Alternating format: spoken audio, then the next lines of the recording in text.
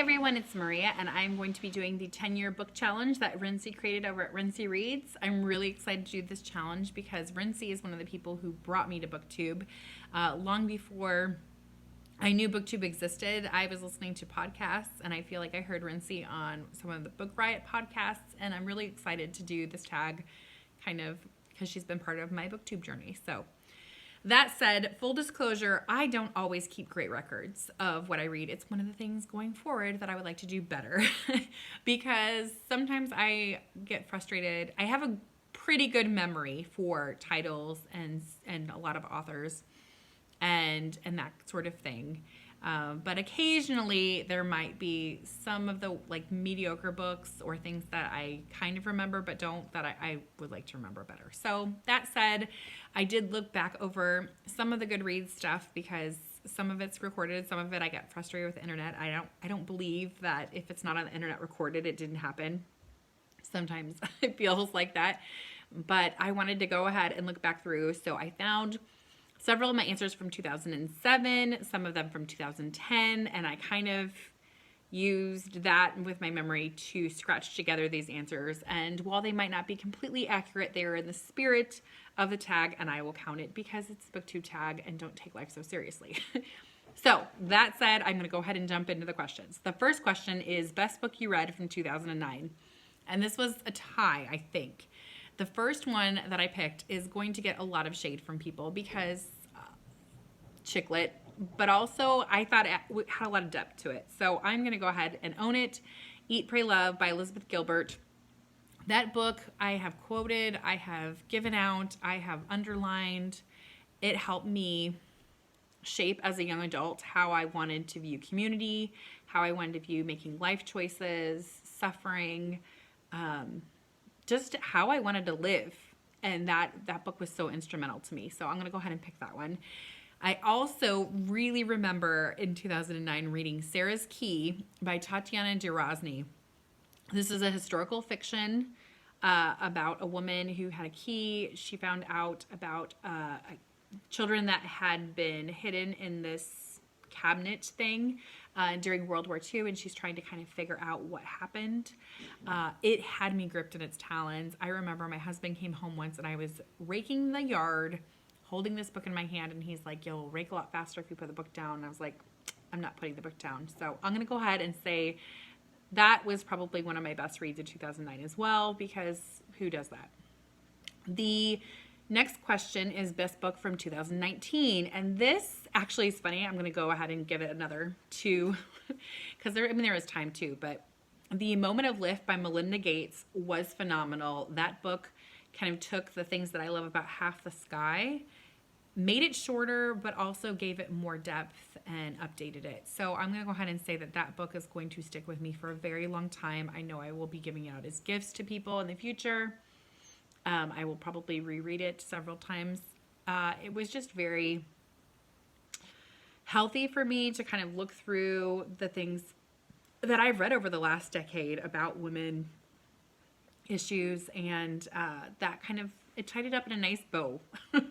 And so I really appreciated The Moment of Lift. On our Christmas newsletter, I even put in a quote from it. So I will go ahead and say that one.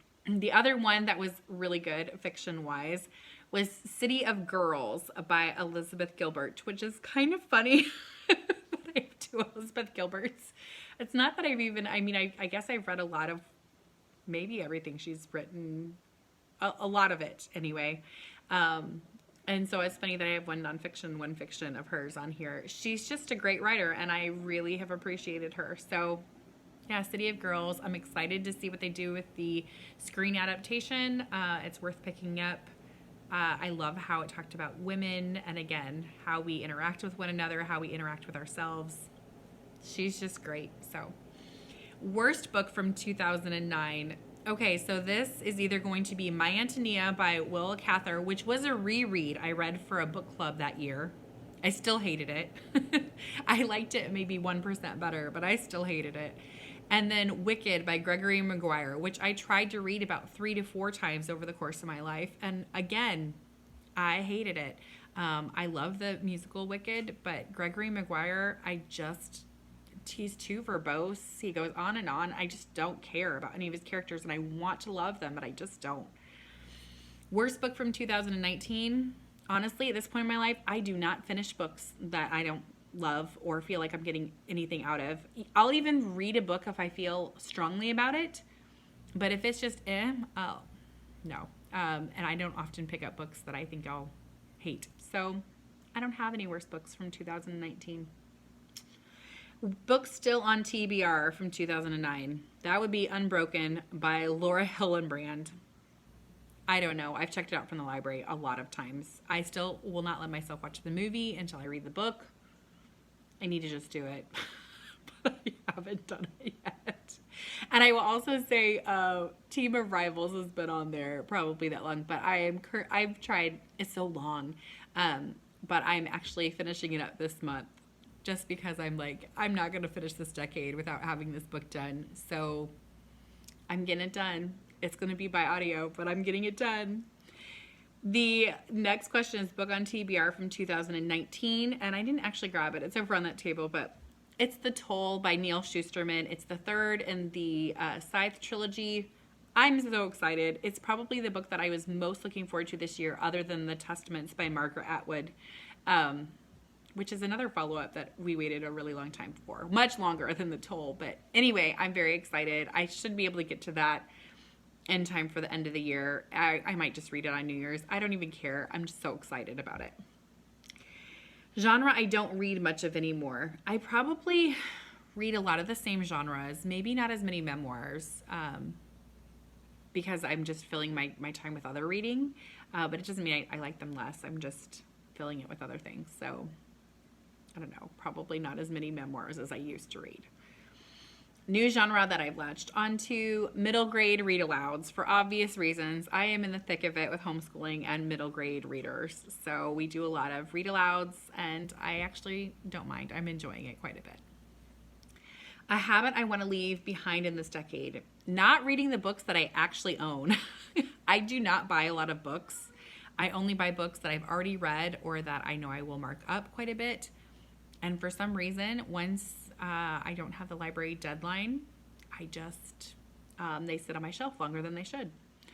And then the last question is a habit that I want to start going into the next decade, recording my book reading more. I did it for a while. My favorite way that I did was to get a sketchbook, sketch the title, the covers of the book, and then write quotes next to it with a little synopsis.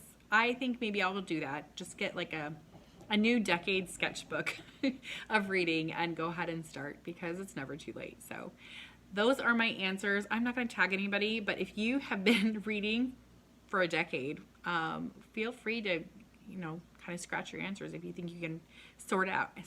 So I will talk to you all later. Bye.